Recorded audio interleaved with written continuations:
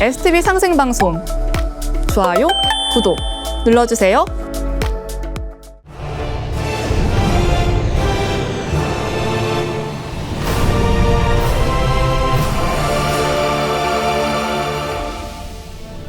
안녕하세요. 대한독립을 외치다 이재국입니다. 내 소원이 무엇이냐 하고 하나님이 물으시면 나는 서슴지 않고 내 소원은 대한독립이요 대답할 것이다.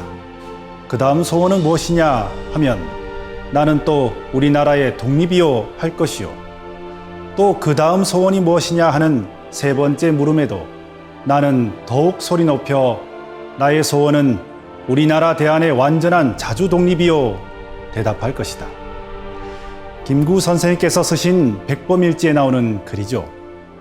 엄혹한 일제강점기에 생사를 무릅쓰고 오직 대한의 자주 독립을 이루고자 했던 숭고한 의지를 느낄 수 있는데요. 오늘 이 시간에는 대한민국 임시정부를 이끌며 독립투쟁의 선봉에 서신 백범 김구 주석에 대해 알아보겠습니다.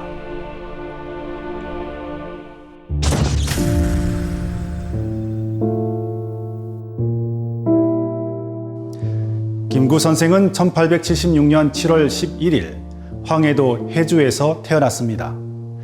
앞으로의 삶이 결코 순탄하지 않을 걸 암시라도 하듯 어릴 적 천년두에 걸렸다 천행으로 살아났는데요. 17세의 과거에 응시했지만 이미 합격자 이름이 나도는 걸 보고 풍수와 관상, 병법서를 탐독했습니다. 상 좋은 것이 몸 좋은 것만 못하고 몸 좋은 것이 마음 좋은 것만 못하다. 관상책에 나오는 구절로 선생은 아무리 관상이 좋아도 마음 좋은 것만 못하다는 말에 마음 좋은 사람이 되기로 했다고 하죠. 1893년에는 동학에 가입해 팔봉도 소접주가 되는데요. 이듬해인 1894년 동학군의 선봉장이 되어 해주성을 공격했으나 관군에게 패하고 말았습니다. 동학 봉기가 한계에 다다르자 안중근 의사의 아버지인 안태훈을 찾아가 몸을 맡기기도 했고요. 나라 사랑의 길을 동학혁명으로 시작한 선생은 의병 부대에 투신해서 일제에 맞서 전투를 벌였는데요. 1895년 명성왕후가 일본 자객에게 시해됐을 때는 국모의 원수를 갚고자 일본인 스치다를 처단한 적도 있습니다.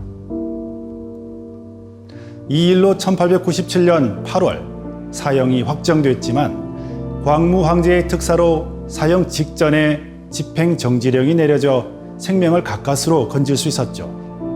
하지만 석방될 날을 기약할 수 없자 외놈의 원수를 갚으려면 탈옥해야 한다고 생각해서 감옥을 탈출해 충남 마곡사에서 스님 생활을 하며 숨어 지내기도 했습니다. 선생은 1904년 무렵부터 본격적으로 신지식인을 길러내는 애국 계몽운동을 펼치기 시작했는데요. 황해도에서 학교 교사와 교장 등을 지내며 교육 구국운동에 힘을 쏟았습니다. 1910년 한일 강제병합으로 대한제국이 망하자 우국지사들이 신민회를 결성하고 독립운동에 돌입했는데요. 선생도 황해도 대표를 맡아 적극적으로 활동했지만 1911년 일제에 붙잡혀 회원들과 함께 옥고를 치르게 됩니다. 이때 옥중에서 호를 백범으로 바꿨는데요. 가장 미천하고 무식한 백정의 백과 범부의 범자를 딴 것으로 천한 백정과 무식한 범부까지도 애국심을 가진 사람이 되게 해야 완전한 독립을 이룰 수 있다는 선생의 의지가 담겨 있다고 하죠.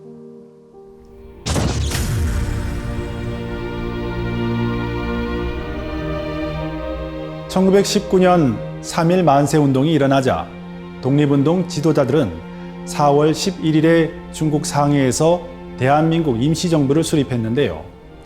선생도 망명해서 임시정부의 경찰 업무를 맡는 경무국장에 임명됐습니다.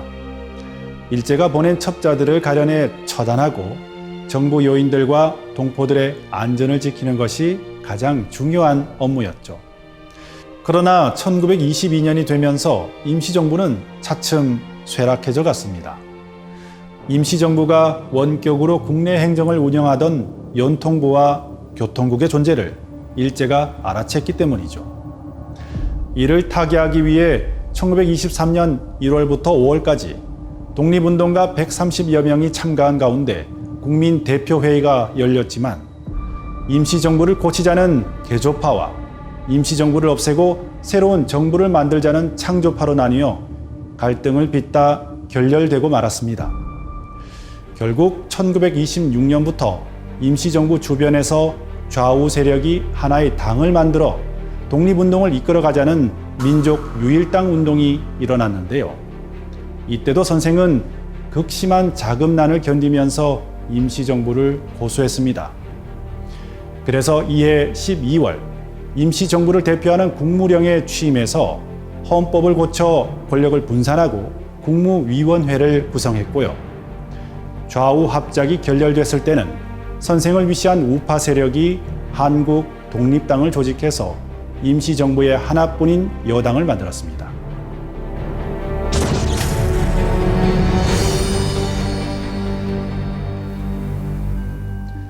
그런데 그에게 무엇보다 시급한 일은 침체에 빠져있는 임시정부를 구해낼 방법을 찾는 것이었습니다.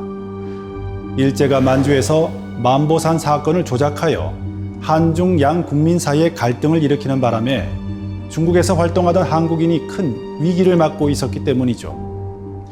그래서 이를 뒤집을 방법으로 선택한 것이 한인 예국단의 의열투쟁이었습니다. 의열투쟁은 소수의 인력으로 적 요인 처단과 적 기관 파괴를 도모하는 특무 공작이었는데요. 1931년 임시정부는 한인 예국단을 조직하고 선생이 권한을 맡아 일왕과 조선 총독, 관동군 사령관을 처단하기 위한 팀을 파견했습니다. 그리고 마침내 1932년 1월 이봉창 의사가 도쿄 일본 왕궁 입구에서 일왕에게 폭탄을 던지고 4월 29일에는 윤봉길 의사가 상해 홍포 공원에서 폭탄을 던져 침략군 최고 지휘관 일행에게 치명상을 입혔습니다. 이때부터 한국 독립운동을 대하는 중국인들의 반응이 확연하게 달라졌는데요. 중국 전역에서 모금운동이 일어났을 뿐만 아니라 공식적으로 한국 독립운동을 돕지 않았던 중국 정부도 협조적인 자세로 돌아섰습니다.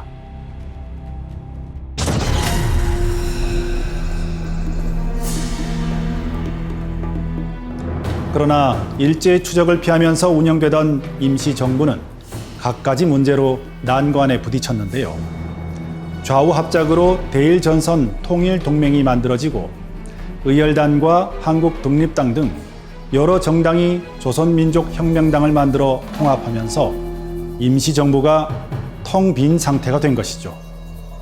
이를 타개하고자 1935년 11월 한국국민당을 창당해서 임시정부를 지켜나갔지만 중일전쟁으로 정처 없이 피난을 다녀야 했습니다. 설상가상으로 1938년 5월 선생이 반대 세력의 저격을 받아 치명상을 입었는데요. 다행히 중국 정부의 도움으로 치료가 잘 이루어져 한 달 만에 기적적으로 일어날 수 있었습니다. 1940년 일본군을 피해 중경에 도착한 임시정부는 전시체제를 갖추고 헌법을 고쳐 국무위원제를 주석제로 바꾸고 당, 정, 군 기본 틀을 완비했는데요. 이때 선생이 임시정부의 주석에 취임해서 한국 독립당을 조직하고 한국 광복군을 창설합니다. 1943년 7월에는 선생을 비롯한 임시정부 요인들이 장제스 총통을 만나 카이로 회담에서 한국의 독립을 보장하는 내용을 담아달라고 강력하게 부탁했는데요. 이런 노력이 카이로 선언에 담기게 되죠.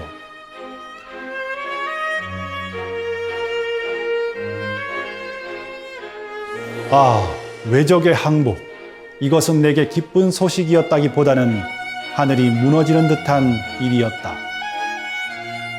1945년 8월 15일 일본이 항복했을 때 스스로의 힘으로 나라를 찾지 못한 선생의 비통한 심정을 드러낸 글인데요.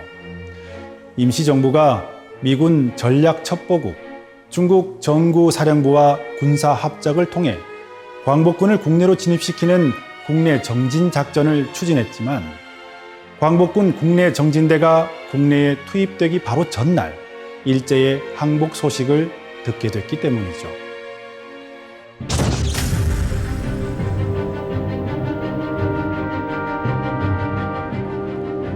광복의 기쁨도 잠시 우리나라의 북쪽은 소련군이, 남쪽은 미국이 진주에서 점령했는데요.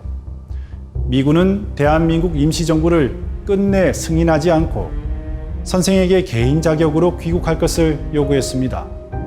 그 때문에 귀국 날짜가 늦어져 광복이 되고도 석 달이 더 지난 11월 23일에서야 임시정부 요인 일진과 함께 귀국할 수 있었습니다.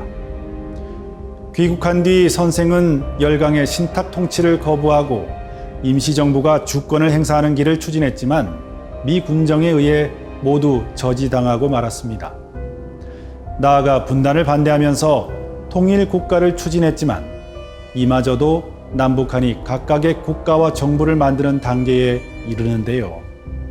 그래서 선생은 마지막 방법으로 남북 협상을 위해 1948년 4월 19일 평양에 가서 대표자 회의를 가졌습니다. 하지만 끝내 남북은 분단되고 말았죠. 그리고 그로부터 두 달이 지난 1949년 6월 26일 오로지 통일 국가를 염원하던 선생은 경교장에서 반대파의 사주를 받은 하수인 안두희의 흉탄에 서거하셨습니다.